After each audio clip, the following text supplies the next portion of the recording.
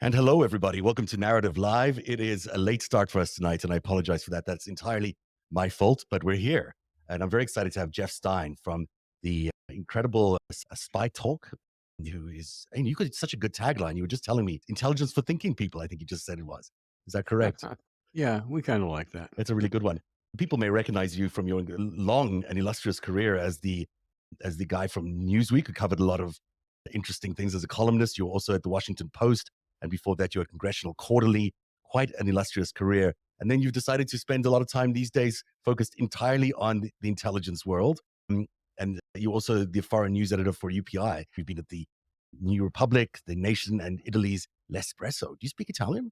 See, it's great to be able to just do intelligence stuff because I got into this because I was a case officer myself. I did a stint with the Army and Army intelligence. I was ended up in Vietnam, but I was trained as if I were going to Berlin and to send agents behind the Iron Curtain, as we called it. So all the tradecraft stuff I learned how to spot, recruit, and manage a spy, live undercover, invisible writing, secret photography, all that stuff is a boy's life, I got to tell you. What an experience. It was my way of getting out of the draft into the infantry, and this is during the Vietnam War, and I didn't even like camping, so I knew I'd be no good at the infantry. So you mentioned recruiting. When you look at the case we're looking at tonight, when you look at this incredible incursion into the FBI, as it appears to me, when you look at Charlie McGonigal, do you think of him as a good candidate for recruiting? He seems to me like one of those people who'd be primed for any foreign intelligence agency to go after. I know there's an acronym people use, and you've reported in your last story called MICE, stands for, you'll tell us, I hope, in a few seconds. But he does seem to me like he's the perfect character for that. Yeah, you never learn that. The next day, by the way, I did an interview. I touted my own podcast interview with a fellow that talked about how he turned into he had to be a sociopath to be a case officer, which is you're looking for people's weaknesses and how to exploit their weaknesses. And that's really sociopathic kind of behavior. Really is. But you learn to split your mind between I'm doing this for the defense of the United States or whoever you're working for. You're a Russian case officer. You're doing exactly the same way. So you look at weaknesses you can exploit, and most people have a weakness. But guys who become defectors and play spies, they're usually their weaknesses are amplified because they're in a kind of cloistered atmosphere, being in the intelligence world for a long time, and they develop needs like most people. They need money. They're kids in college. They might feel resentment that they haven't gotten ahead as much as they thought they should have. If their bosses were dickheads, as one of my sources on McGonigal put it, said he was a dickhead because he was always screaming at his subordinates. He was always kissing up to his peers and his managers, but he screamed. They called it the McGonigal shower. He stood in front of you. I know people like that. I And actually so he worked had with this people like top. that. It's no fun, you know? Everybody's worked for somebody like that. So he had all these resentments and he had this incredible ego. And the FBI people don't get paid that much. The FBI is a pretty important organization.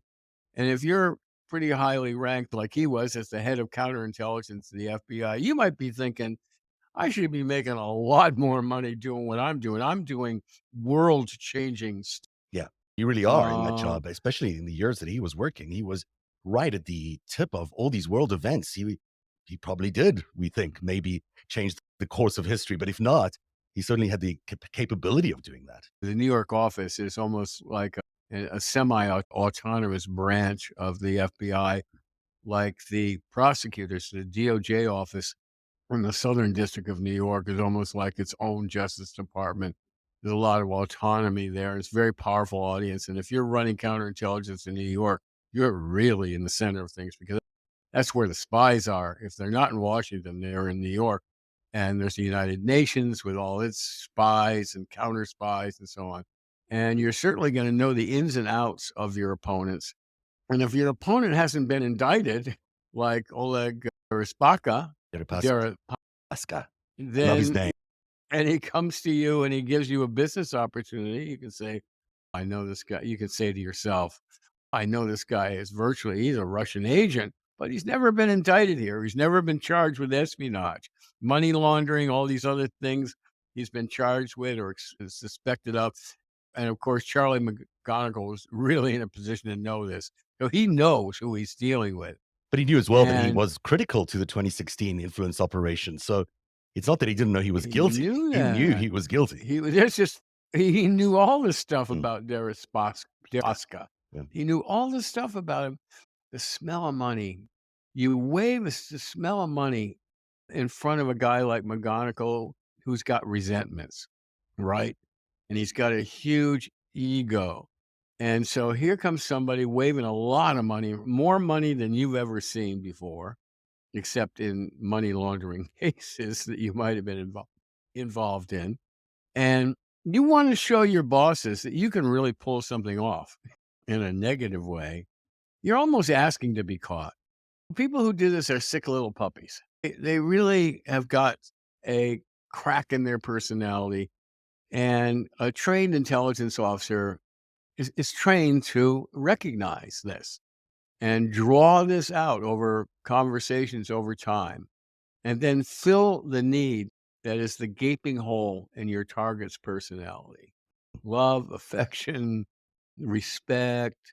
In the case of Ana Montes, the Cuban spy who was recently released, the Cubans, she was enraged. Here, she was working high up in the Defense Intelligence Agency, but she was really militantly against the war in Central America, the wars in Central America. So a friend who's a Cuban asset introduces her to a Cuban who listens, hears her out, and gives her a way to act on her hatred for the U.S. role in Central America and says, we can help you hurt the U.S. in El Salvador and Nicaragua. And you don't have to do anything else. You can just work on that. Just give us secrets about that. And she's recruited. And then, of course, they move the goalposts and say, we'd like some more and something else. Once you've taken the step across the line, they've got you, right? They can blackmail you. I want to dig into two things. So with Charlie McGonigal, soon as he stepped across the line, soon as he had coffee with Deripaska, and maybe Deripaska had his guys taking surveillance photos of them together, they got him. It seems to me that it started much before he even met Deripaska officially, at least according to the timeline. He had the contact with the former consulate official, who was then a translator, I think, in Brooklyn court. And in the course of his time at the as an investigator and the special agent in charge of counterintelligence in New York, he encountered this former diplomat in the Brooklyn courts because that's where you go and do your business sometimes. So it's not like they were strangers to each other. They knew each other. They had certainly crossed paths. And what I find so interesting is during I'm that interested in that guy. in that entire period of 2016, into the summer of 2016, the FBI was really trying to flip Deripaska. They basically handed him a visa in February of 2016 because they thought maybe if they treat him nicely and if they exchange some information with them, they'll be able to flip him. So the reason why he was even in the United States at the time of the elections or leading up to the elections was because the FBI gave him that visa.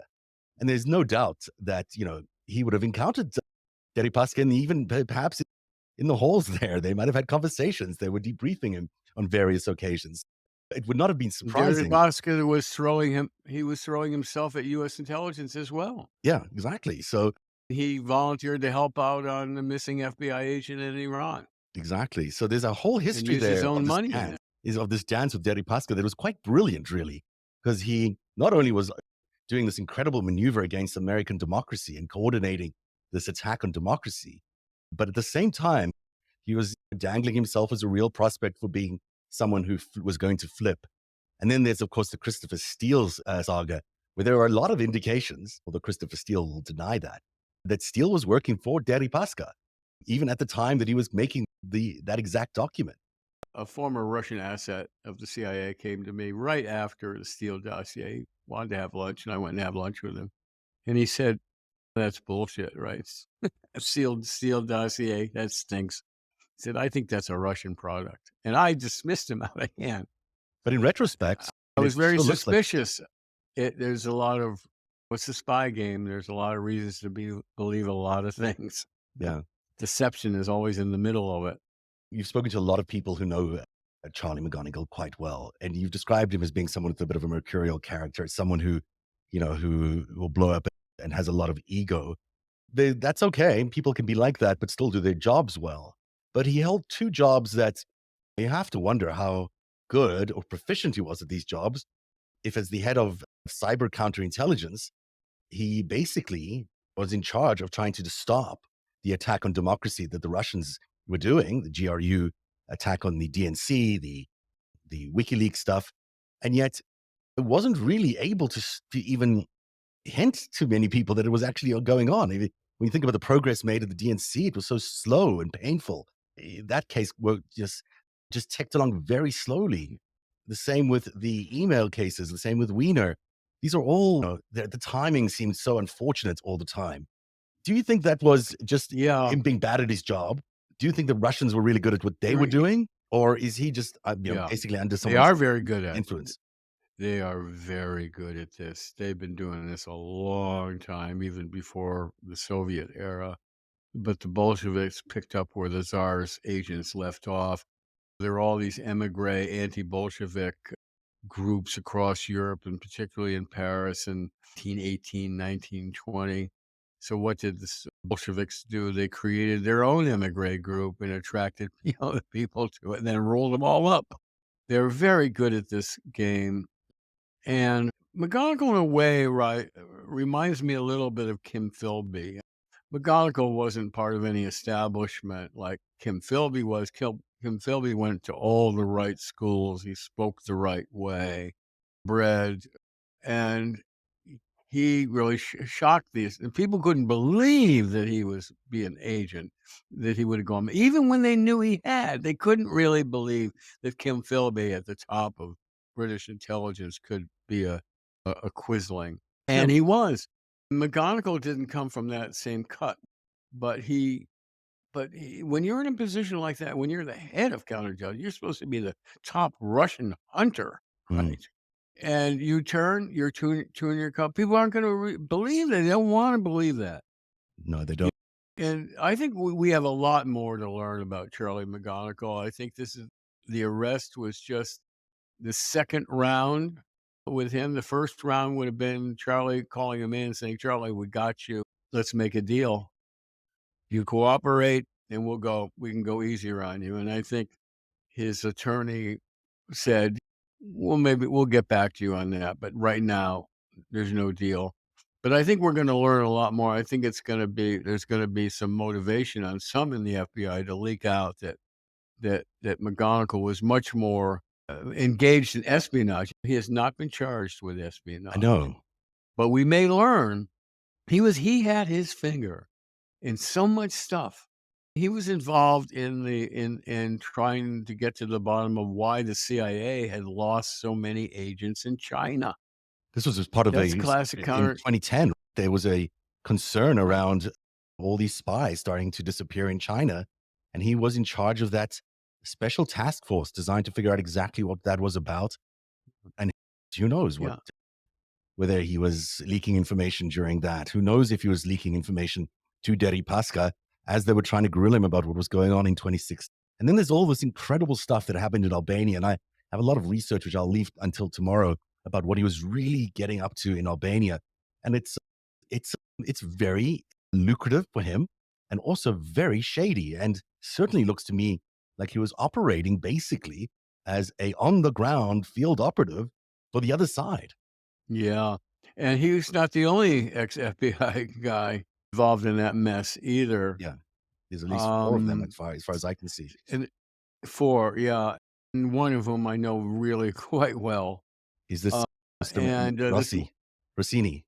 Mr. Rosini, yeah. Yeah. There's a lot more to be learned about that all that stuff, Albania. I think that was probably just for money. Spying may not have been involved, but again, the thing is that once you take the step across the line, the opposition knows you've stepped and they have a handle on you. And Charlie McGonigal certainly has a longtime counterintelligence specialist. He knows better than anybody because he's practiced this as a counterintelligence agent. Get somebody across the line, get them to do one little compromising thing, I remember being trained. Oh, this is 1,000 years ago when I was trained as a case officer. And one of the maxim is you get somebody to do something that's not illegal. Yeah.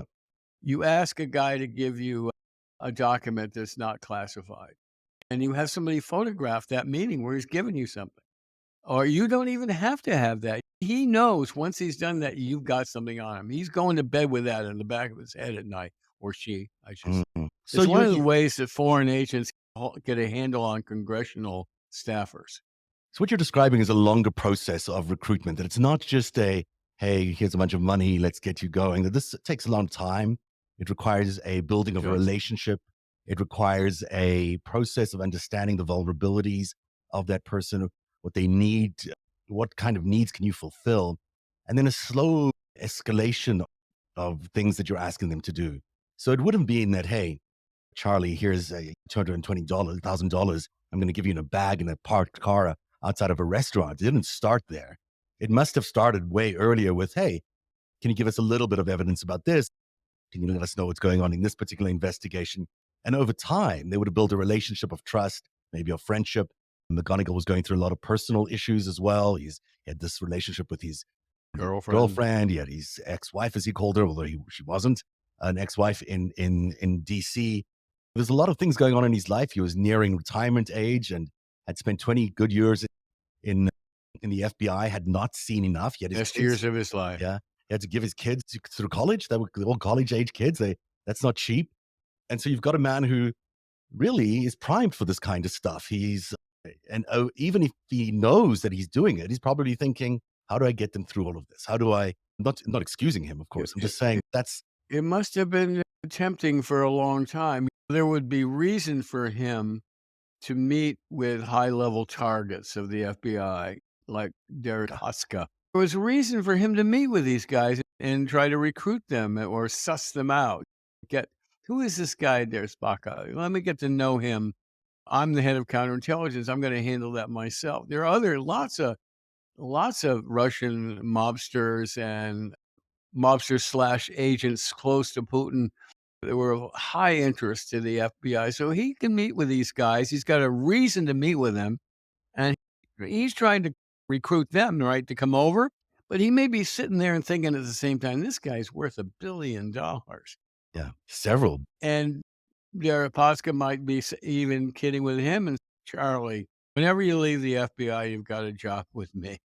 There was a KGB guy that used to look me up all the time in Washington, and I mean, his light cover was from TASS, the Soviet news agency, and he also went after Chris Hitchens, my late great friend. And one time, he invited us both out for coffee together. So Hitchens and I went to this place in DuPont Circle to have coffee with Boris, our KGB guy. And Boris is trying to get everything he can out of us, thinking we've got secrets. Actually, he just needs to write a report. So from his Washington sources, which are us, Yeah. which he will parlay to Moscow as that we're his spies. But halfway through the lunch, I guess it was drinks, Hitchens said, "Boris, why don't you come work for us? You just do that. You Just know, throw it out there. just come over to our side. We could make it really comfortable for you." Deripaska is very He wealthy. was shy. He was like, Incredible lifestyle. He's surrounded by beautiful women all the time. Lives in a yacht. Has these penthouses in New York. And these other homes, maybe 6 or 7 of them in these beautiful locations. And this man lives an extraordinary life and has so much money at his disposal. You could yeah. see how any number of FBI agents earning what $180,000 a year, maybe, probably less, are sitting there thinking, "Why not? It's my one shot." I think it was our friend Craig Unger who pointed out in a piece in the New Republic that a lot of ex-FBI guys have gone over to the bad side. Not that they became agents or spies, but they went to work for bad guys, Yeah, Russians, as former directors of the FBI. I don't know that Louis Freeh or any of these other former directors have been called on the carpet.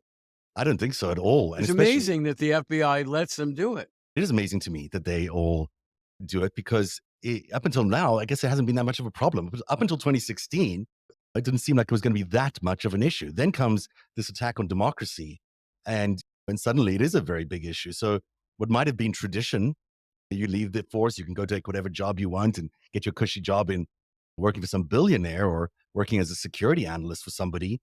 Cut to 2016, things change a lot. Suddenly, America's under attack by these foreign agents, and you've got a situation in 2016 where the rules did change, where the whole thing was no longer acceptable. But the culture takes time to just reflect that. You need cases like McGonigal to show that change happen. They've always been trying to subvert our system for as long as I've been around. They've always tried to, but they tried very hard to make progress during the anti-Vietnam War years. They didn't really get far. The big spies that went over the other side, Ames, Hansen, all these guys, they did it for money, and they didn't do it for ideology because of Vietnam or American imperialism, blah, blah, blah. But they did it for money. Americans spy for money. Russians and the Chinese who come to us, money can be involved, and personal issues involved, but basically they're doing it for ideology. They hate the system. They hate the communist system, Right. or they hate the corruption.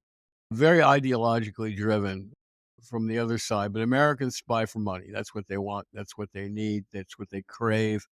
And they've been trying it forever, but they never they never had a fruitful atmosphere until Trump came along. They've been going after Trump for decades before he ran for president. His first wife's father was a Czech communist agent, and they had her reporting on Trump. He was reporting on Trump through his daughter, who was married to Trump. It's all been out there for a long time. Mm. I don't need to bore people with it, but his deal with the Miss Universe contest, is going to Moscow all the time. He took out full page ads in the New York Times and elsewhere saying he could solve the nuclear arms crisis and get reductions in arms, making a nuclear free world. The Russians saw this, and they've been grooming him for a long time. And And tell me, so suddenly they've got this atmosphere, and there's in American political culture has changed where there's great distrust, the rise of the Tea Party movement, and so on. American politics is fracturing in a way at the high level, which hadn't happened before. They no. saw their opportunity and they took it. Yeah, absolutely. You mentioned Hansen there. Do you think this is the scale of Hansen? Is it bigger than Hansen? Is it going to turn out to be the biggest scandal we've had in the intelligence world in the United States? Or is it just one guy, maybe a few colleagues just meandering off in the wrong direction? What kind of scandal do you think this is going to be? We don't know yet, but we Yeah. do know that Charlie McGonigal was in a hell of a position. He was in a position like Hansen. He had a catbird seat. He saw a lot. He knew the names of our agents in Russia and China and other places. Their head of counterintelligence for New York office, he knows a lot. Yeah. He knows code names. He knows meeting places. He knows commo systems. One of the things they were investigating in the loss of CIA agents in China was a heavy suspicion that the covert communication system with the Chinese agents had been compromised somehow, and they were looking to where was the leak on that. By the way, there had been a similar leak of CIA agents in Iran, and they were all rolled up in murder too. So this seems to be a problem. There are huge counterintelligence holes in our defenses here. Yeah, they really Uh, are. They really are. It's remarkable that this has happened. And Charlie McGonigal is career spanned many of the important counterintelligence, the cyber and counterintelligence roles in DC and in New York. But he also was responsible for investigations like TWA 800, the Los Alamos investigation, investigated the terrorist bombings in Tanzania and Kenya. This just and 9/11, of course, stands out as one of these key things that he was involved investigating. Those are all just very high profile investigations. If he was leaking and information, go ahead. the failures leading up to January 6th, the FBI says it was clueless. It didn't Yeah. know what was really going on, if these groups were coming, and if they would ransack the Capitol. But as Bob Dylan wrote, you don't need a weatherman to tell you which way the wind is blowing. And that was all in the air weeks before. I remember doing some reporting on this. Social media was on fire with these right-wing groups talking about marching on Washington and taking down the government. Did he have a finger in that, in blunting the intelligence on these right-wing groups coming to Washington. The Proud Boys, the FBI had multiple confidential sources in the Proud Boys, and yet they never learned about their plans for January 6th. Sounds It ludicrous. It makes you sounds ludicrous. wonder, It as does they indeed. say, makes you wonder. Jeff, I want to thank you so much for taking So time to be with us tonight. Jeff Stein, a columnist for Spy Talk. He's also, as many of pretty celebrated reporter formerly of the Washington Post and of Newsweek, Congressional Quarterly, and a bunch of other places, including Playboy, GQ, Esquire, Rolling Stones, all your favorite places, and the New Republic. Amazing stuff. Jeff, thanks for being here. I'm really enjoying your insight into his mindset and into why he was such a interesting and potent recruit for any adversary. And this is one of those stories that's going to keep going. But I thank you very much for being here tonight. I've admired your work for some time, so I'm really pleased to be here. Thank you very much. And likewise, do you want to tell people about your outstanding Substack and how it's a must subscribe to? I started Spy Talk back in 2005. I was a Homeland Security editor, putting out a daily on Homeland Security at Congressional Quarterly. And that was mostly domestic stuff as a result of 9/11. And I'd always been foreign news oriented, national security oriented, the foreign side, foreign policy, and so on. So I was bored. And sources were still coming to me and dropping stuff on me, or I'd read stuff that I thought needed more attention and specialist journals and so on. So I started writing Spy Talk as a weekly column at Congressional Quarterly in 2005. And somewhere along the line, it became 3 times a week and then daily. And so I did it until late 2009, until the company was sold to the Economist Group, and they fired about 40, I think there were 45 of us. They were fired. We had a great party at my house. Anyway, we all scattered to the winds, and I ended up in the Washington Post. They hired me to do a Spy Talk blog, a daily blog. It wasn't that great. I had to file every day. I'm more of an investigative guy and not an instant wisdom guy. It went all right. It went on for a year or so. But a friend of mine became editor of the revamped Newsweek, and he called me up and said, "Hey, come over here, and you can do Spy Talk and whatever else you wanted to do in the national security." So I jumped there, and that was a great 7 years. And then that came under new management, and the last of us senior reporters were lopped off. And that happened to me. And shortly after that came along. And a friend of mine is an early signer up, Bill Bishop, who does the Sinocism, their China newsletter. He was hugely successful and making a lot of money. It's upset. And so he said, you ought to start this column over here. This is a great outfit. So I talked to the owners and they said, yeah, come on over here. So I started and didn't really know what to expect. I'm a little long in the tooth now. So I wasn't really ready to be banging my head against the wall every day, working 80 hours a week like I once did. But I started out, I conferred with some equally long in the tooth friends, former great journalists at places like the Post and the Times and Newsweek and so on. So the bunch of us started it together, and it's taken off. It's not up there with the big hitters like Andrew Sullivan, who do mostly political and social commentary.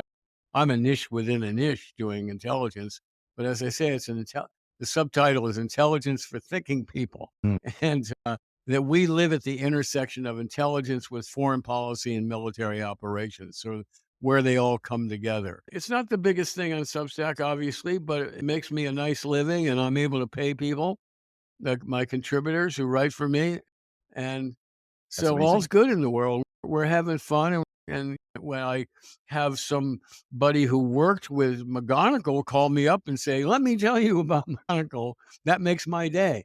Absolutely. I can write a story because I've known these sources for years. And so it's called Spy Talk. There's a free version, but then, of course, they can also subscribe to the paid version to make sure Jeff gets his coffee and gets to eat his chili. And Jeff, thank you very much for being on the show tonight. This wasn't exactly what we had planned, but Thanks, I'm glad we were able to get it done. And we'll be hopefully have you back on another day and talk some more. Me too. Thanks. It was fun. See you around. And I'll be back with a little bit more right after this. Hey, it's Zev from Narativ. I'm excited to announce the launch of my new original series, Spy Murdoch. This is an epic story of Rupert Murdoch as an intelligence asset, and it's all 100% true. Spy Murdoch will premiere in February on Narativ's Patreon feed and Narativ's new premium YouTube channel. Now, to join either of those services, you can either head over to patreon.com/narrative and sign up there, or to join our new YouTube premium channel, Just look for the join button underneath the screen when you're watching on YouTube.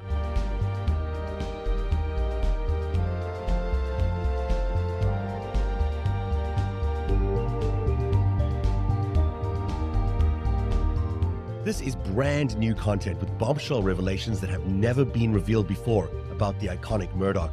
We will explain, amongst many other things, how Fox News gained such a foothold in the United States. For a limited time, we're offering access to all our premium content for just $5 a month. Prices will go up, so lock in today. You'll have a front row seat as I unravel the secrets of Rupert Murdoch for the first time.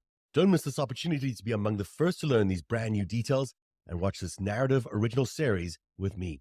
It'll change the way you view history and your place in it. That's Spy Murdoch, beginning in February on Narativ.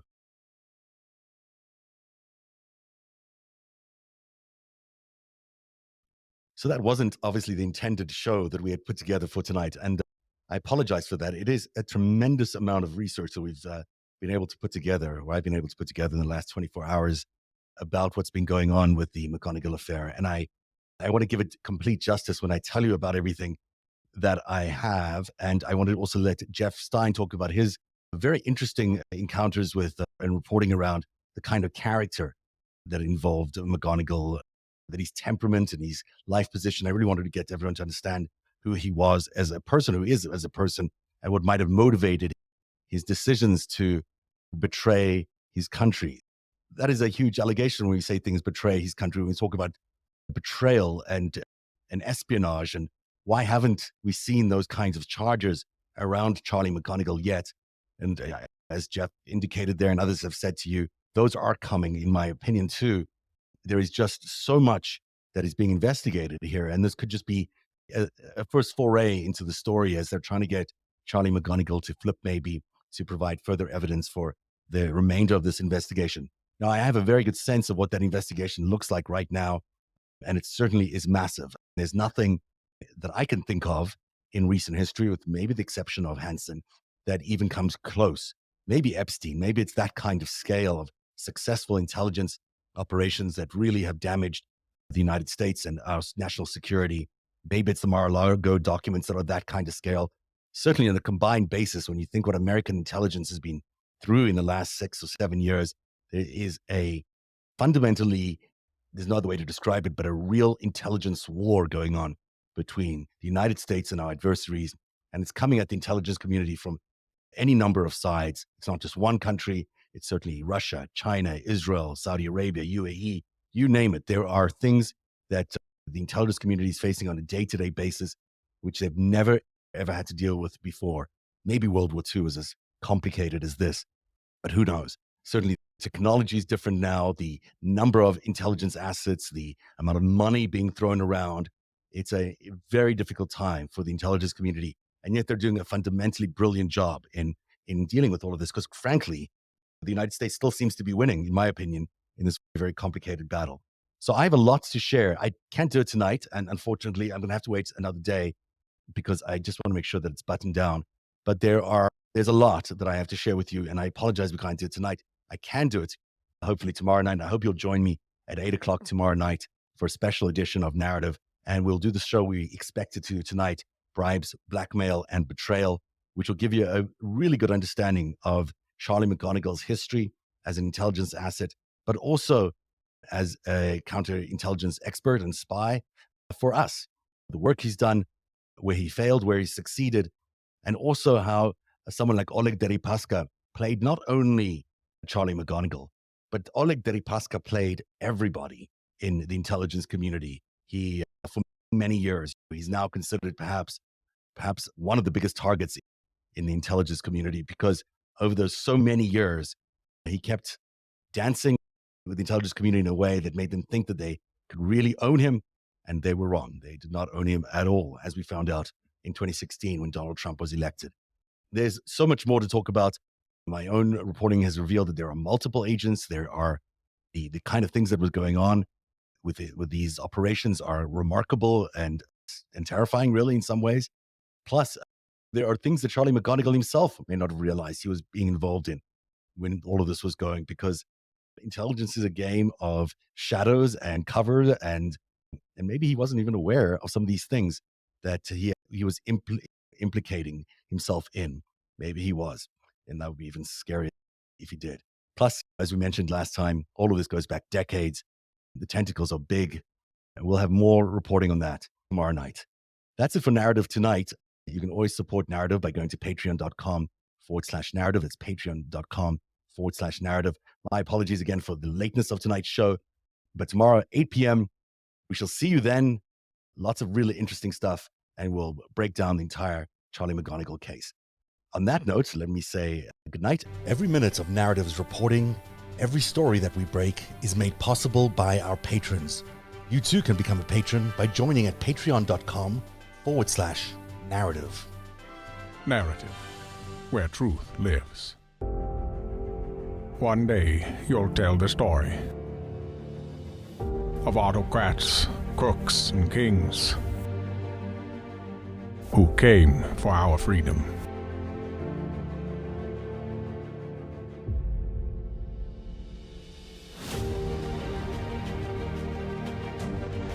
A story of citizens who stood up to tyranny and won.